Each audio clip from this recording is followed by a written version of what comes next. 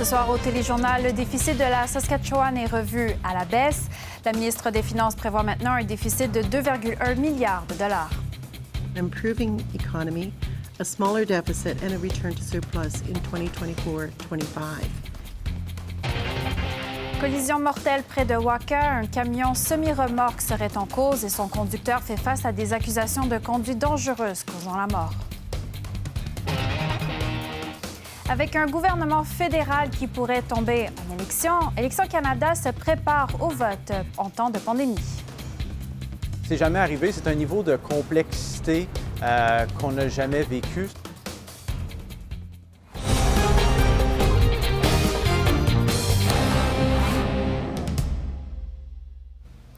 Mesdames, Messieurs, bonsoir. Si l'Alberta fait face à un gouffre financier de grande envergure, on parle d'un déficit d'un peu plus de 24 milliards de dollars. La Saskatchewan, elle, se porte beaucoup mieux et on va en parler avec ma collègue Aimée Lemieux. Aimée, la Saskatchewan a présenté aujourd'hui sa mise à jour budgétaire et l'un des faits saillants de cet exercice, c'est que bien le déficit pour l'année 2020-2021 sera beaucoup moins élevé qu'anticipé au mois de juin dernier. Le déficit se chiffre maintenant à 2,1 milliards de dollars. Dans le budget qui a été présenté au mois de juin, on l'estimait plutôt à 2,4 milliards de dollars. Les déficits seront progressivement réduits au cours des 3 prochaines années. Et en 2024-2025, le gouvernement prévoit enregistrer un surplus budgétaire de 125 millions de dollars. C'est à ce moment-là qu'il y aura d'ailleurs un retour à l'équilibre budgétaire. Mais malgré les années de déficit qui sont à venir, il n'y aura pas d'augmentation des impôts. C'est ce que la ministre des Finances, Donna Harpower, a indiqué aujourd'hui. Il faudra néanmoins s'attendre à une politique d'austérité pour rééquilibrer les finances publiques. La ministre Donna Harpower est convaincue que les Saskatchewanais comprennent et endossent cette stratégie-là.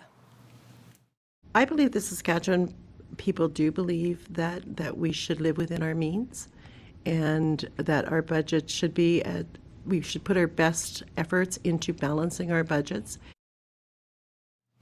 Et il y a une bonne nouvelle au chapitre des revenus. Là, ils seront beaucoup plus élevés pour la prochaine année. Les recettes sont estimées à 14 milliards de dollars pour l'année 2020-2021. C'est près de 400 millions de plus que ce qui a été prévu au mois de juin dans le budget qui a été déposé. C'est une hausse qui s'explique par un transfert d'Ottawa à la Saskatchewan de près de 338 millions de dollars. Un transfert d'ailleurs qui a été remis à toutes les provinces canadiennes pour qu'elles puissent relancer leur économie de façon sécuritaire. Et en termes de dépenses, le gouvernement les chiffre à 16 milliards de dollars en 2020-2021. C'est une augmentation de 100 millions de dollars par rapport aux prévisions du mois de juin. Et on explique que ces dépenses augmentent en raison donc de la pandémie. Les dépenses ont augmenté dans le domaine de la santé. Là, évidemment, pandémie oblige. Oui, c'est sûr. Le NPD, lui, a rapidement critiqué le gouvernement. On craint l'austérité et également les compressions qui y sont rattachées. Selon le porte-parole en matière de finances du NPD, des milliers de personnes sont actuellement sans emploi en raison de la pandémie. Et selon lui, ces personnes ont besoin d'une aide gouvernementale. Elles n'ont pas besoin finalement que le gouvernement se serre la ceinture et gère les finances publiques de façon rigoureuse. Il a aussi dénoncé aujourd'hui le manque de transparence du gouvernement de la Saskatchewan dans cet exercice financier. Comme il l'a rappelé, les élus ne siègent pas à l'Assemblée législative à l'heure actuelle. Alors l'opposition officielle n'est pas en mesure de poser ces questions et d'exiger des réponses. Je vous laisse l'écouter tout de suite. And just present them without question, without scrutiny, is not how a budget should be presented, and it doesn't allow for any level of transparency or accountability. L'élu du NPD a déploré aussi aujourd'hui le fait que l'auditeur de la province n'a pas pu réviser les chiffres qui sont contenus dans cette mise à jour économique avant qu'elle ne soit officiellement présentée au public. Oui, tout ça nous rappelle un peu le budget de l'ancien ministre des Finances, Kevin Doherty, en 2017. Un budget qui avait été qualifié de brutal et qui avait également touché l'éducation francophone. 300 000 $ de moins en financement. On verra ce que l'avenir nous réserve. Aimée Lemieux, merci pour ces précisions. Merci. Nous nous rapprochons des 127 000 cas. Au total, 4 885 cas sont considérés comme étant actifs. Ça, c'est au niveau de...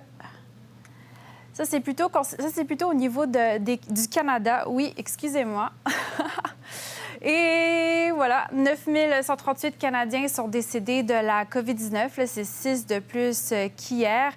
Pour ce qui est, on retourne chez nous. On fait un petit pas en arrière. Chez nous, en Saskatchewan, nous avons 5 nouveaux cas de la COVID-19, ce qui porte le bilan à un peu plus de 1600 cas.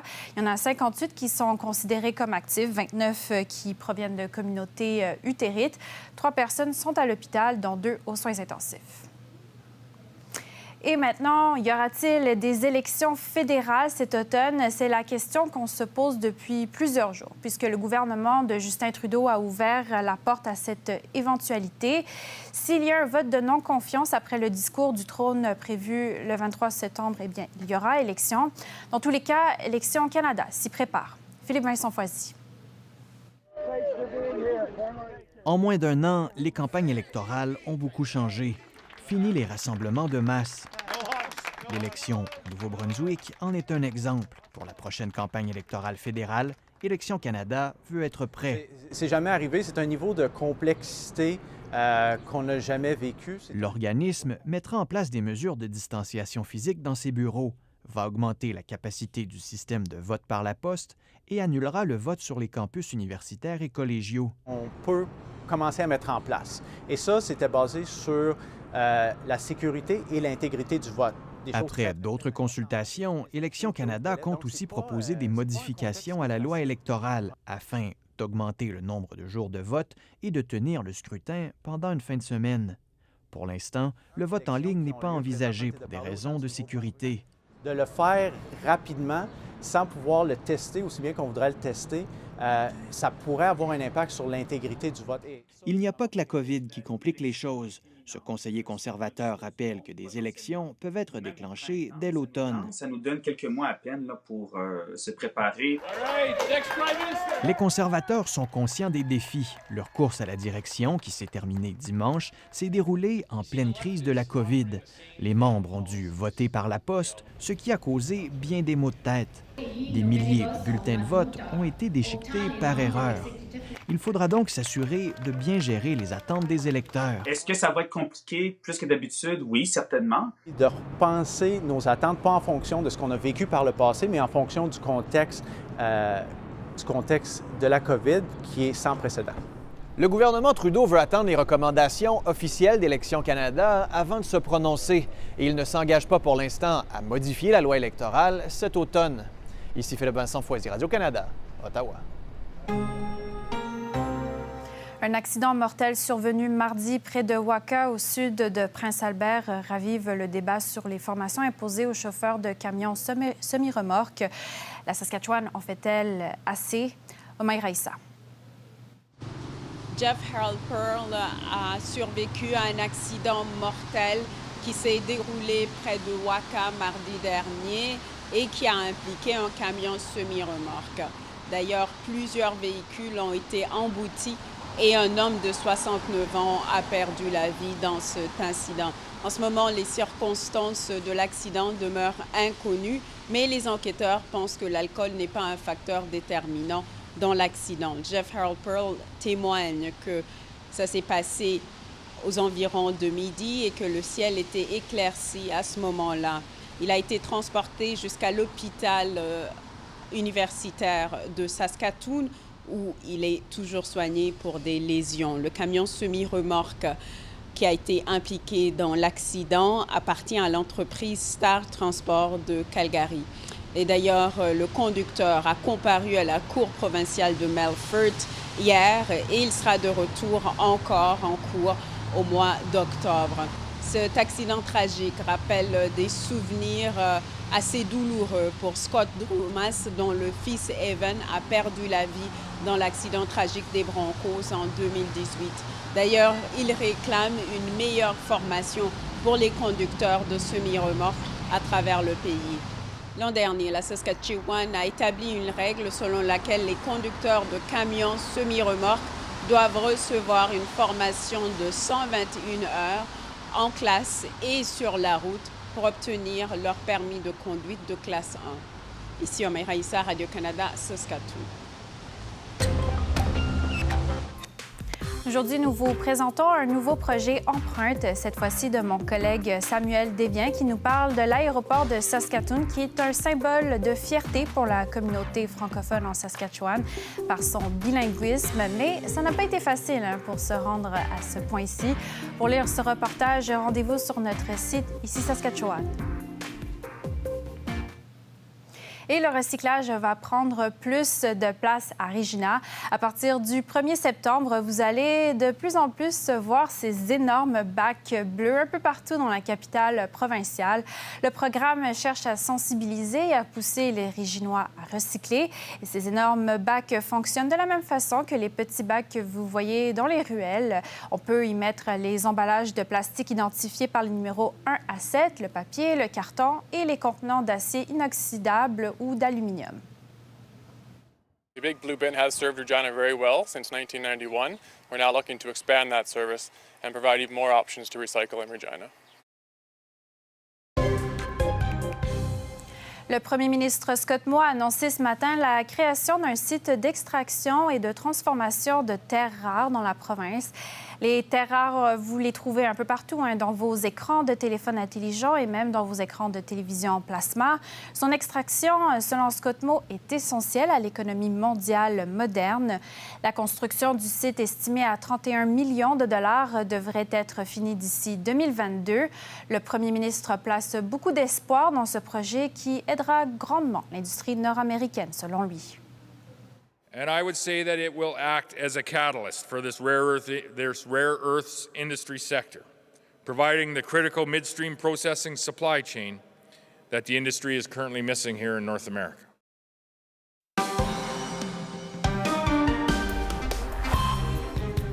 L'industrie de la restauration appréhende la fin des terrasses. Les clients seront-ils au rendez-vous après la période estivale? On en parle dans quelques minutes.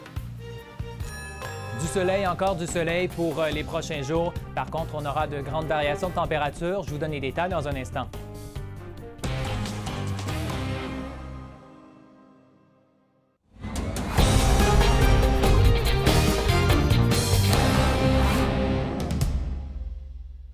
Les mesures de distanciation sociale touchent l'industrie de la restauration partout au pays, tellement que selon une étude de Statistique Canada, c'est 60 des établissements qui pourraient fermer leurs portes dans les 3 prochains mois si la situation actuelle perdure.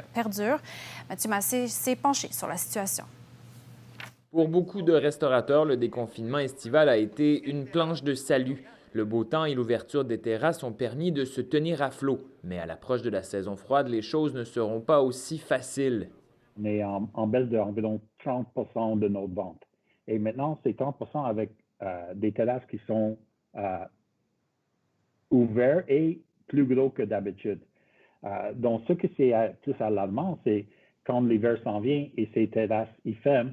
Tout va être rendu à l'intérieur. Il n'y aura plus des terrasses à compétitionner avec au mois d'octobre. Ça fait que là, tout le monde, va-tu vraiment rentrer à l'intérieur? Est-ce que la business va être présente? Tellement que selon une étude de Statistique Canada, c'est près de 60 des restaurants qui pourraient fermer au pays. Le temps le plus difficile pour la restauration, ça va être de maintenant jusqu'au mars. Et le problème, c'est que les subventions, là, ils arrêtent au même temps où notre capacité va diminuer énormément à cause de la température. Et cette aide gouvernementale demeure un pilier sur lequel s'appuient beaucoup de restaurateurs comme les propriétaires acadiens du Fricot à Montréal. Si les mesures sanitaires restent les mêmes, mais qu'on continue d'avoir l'aide gouvernementale pour la subvention salaire, on est quand même capable de taper un bon moment de cette façon-là. C'est sûr que si cette aide gouvernementale-là disparaît du jour au lendemain, mais que les mesures restent les mêmes, ça va être difficile. Marc Légère, de son côté, a décidé que la situation était trop complexe pour rouvrir le Laundromat Espresso Bar et Notre-Dame de Parkton à Moncton, surtout que ces commerces sont très petits pour respecter la distanciation sociale. Travailler puis servir des tables à journée longue avec masque puis toutes les précautions qu'il y a à faire, c'est pas intéressant comme travail. Il s'est rabattu sur la vente de boîtes de produits frais, activité qui lui plaît davantage en temps de pandémie. Vendre des produits locaux, ça fait qu'on s'est lancé là-dedans. Puis pour moi, comme, c'est un travail que j'aime faire là, présentement. Les choses ne sont pas toutes noires, cependant, selon Gene Cormier, propriétaire du restaurant Clos et de Houston Park. C'est peut-être pas tous les restaurants qui vont survivre, mais qu'est-ce qu'on va voir, c'est que ça va peut-être donner la chance à des nouveaux, ça va peut-être donner la chance à des restaurants, à des gens de cuisine qu'on connaît même pas dans notre région, qui vont peut-être voir la chance de voir le jour, puis ça, je trouve c'est intéressant. Puis c'est ça qui va être le cycle. Bref, en attendant un vaccin, les restaurateurs devront se serrer les coudes et espérer que la clientèle soit au rendez-vous pour survivre jusqu'au printemps.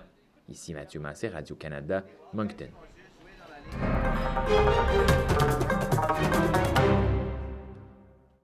Le calme est revenu hier soir à Kenosha, au Wisconsin, après 3 nuits de violence.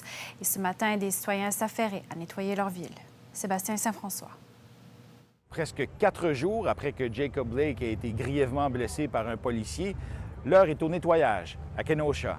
Dans les faits, dès le lendemain de ces événements-là, l'immense majorité des commerçants avaient placardé les vitrines de leurs établissements pour se protéger du vandalisme. Mais aujourd'hui, des dizaines de résidents de tous âges ont décidé d'utiliser ces espaces pour envoyer des messages de paix, de résilience, un peu pour continuer de faire baisser la tension dans la ville et beaucoup pour montrer Kenosha sous un meilleur jour. Want to help the community as much as we can. And I don't know any of these people, but we just decided to come and show our support for the community and for the people here, and this is what we can do. If there are any more riots, that if people see this, they might not want to do it anymore. L'immense majorité des gens à qui on a parlé ici partagent une même opinion, c'est-à-dire que les manifestations sont, oui, nécessaires pour faire avancer les choses, mais que dans les faits, le vandalisme, les problèmes qu'on a vus au cours des derniers jours seraient le fait de troubles-fêtes venus de l'extérieur de la ville pour profiter des tensions et profiter de la situation.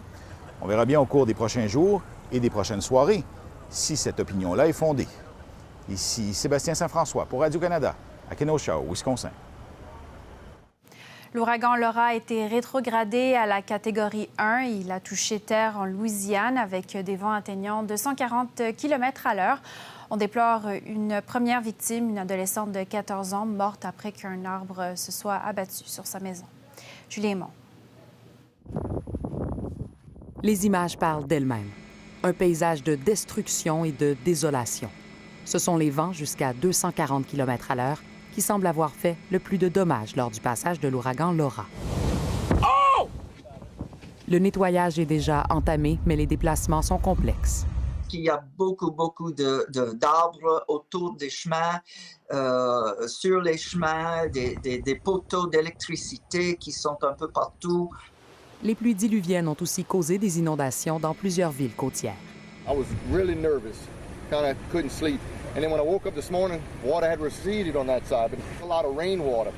And water's still rising right now. Étant donné la pandémie, les vastes refuges abritant des milliers de sinistrés ne sont pas une option en ce moment. We're going to need to quickly transition them into hotel and motel rooms, which have been filled up with people who've evacuated on their own.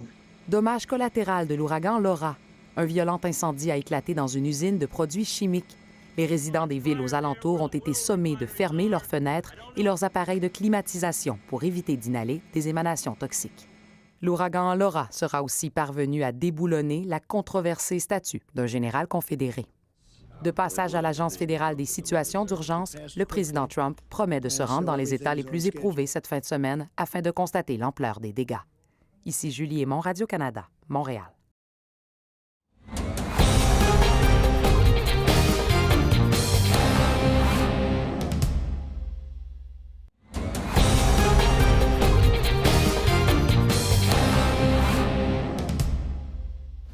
Masques, gants, plats emportés, la consommation de plastique à usage unique au pays a grimpé durant la pandémie. Une forte majorité des Canadiens se disaient préoccupés par ce fléau avant la crise. Un sondage semble démontrer qu'ils le sont nettement moins maintenant. Philippe de Montigny. Au pire de la crise sanitaire, Lauren Marinig préférait faire ses achats en ligne, incluant son épicerie. Literally, they put every item in its own bag, so it was giving me like anxiety. Chaque item enveloppé séparément. La quantité de plastique qu'elle jetait chaque fois l'épouvantait. Le commerce électronique prend beaucoup d'expansion ces temps-ci. On risque de voir le volume de vente tripler cette année. Selon un sondage de l'Université Dalhousie, près du tiers des Canadiens disent acheter davantage de produits emballés en plastique depuis le début de la pandémie. La proportion de la population qui souhaite resserrer les règles encadrant le plastique jetable a chuté de 90% l'an dernier à 79% cette année. Je pense pas que c'est une priorité comme urgente en ce moment. Je pense qu'on a d'autres choses qui sont plus urgentes que de s'inquiéter à propos du plastique sur les aliments. Ce microbrasseur s'inquiète de la pollution plastique, entraînée par la hausse des livraisons et des commandes à emporter. Il y a eu beaucoup de personnes qui, pendant le COVID, ont commandé à emporter et c'était toujours des plastiques noirs. Les plastiques noirs, je sais que la ville de Toronto ne les réutilise pas, ne veut pas les recycler. Selon le sondage, plus de la moitié des Canadiens estiment que toute nouvelle réglementation encadrant le plastique à usage unique doit attendre à ce que la pandémie de coronavirus s'essouffle, un délai qui pourrait nuire au combat, craignent des écologistes. On sait qu'il y a un problème, le plastique, environnement, il faut vraiment changer notre comportement, puis on veut le faire. Puis il y avait vraiment une majorité de Canadiens, Canadiennes, déjà en train de penser à ça. La pandémie frappe, ça met comme une pause. On ne sait pas trop exactement qu'est-ce que ça veut dire post-pandémie. Il espère qu'Ottawa va bannir le plastique à usage unique tel que promis. L'interdiction devait entrer en vigueur d'ici 2021, mais sera reportée. Le gouvernement affirme qu'il a l'intention de respecter son engagement, sans toutefois préciser d'échéancier. Ici Philippe de Montigny, Radio-Canada, Toronto.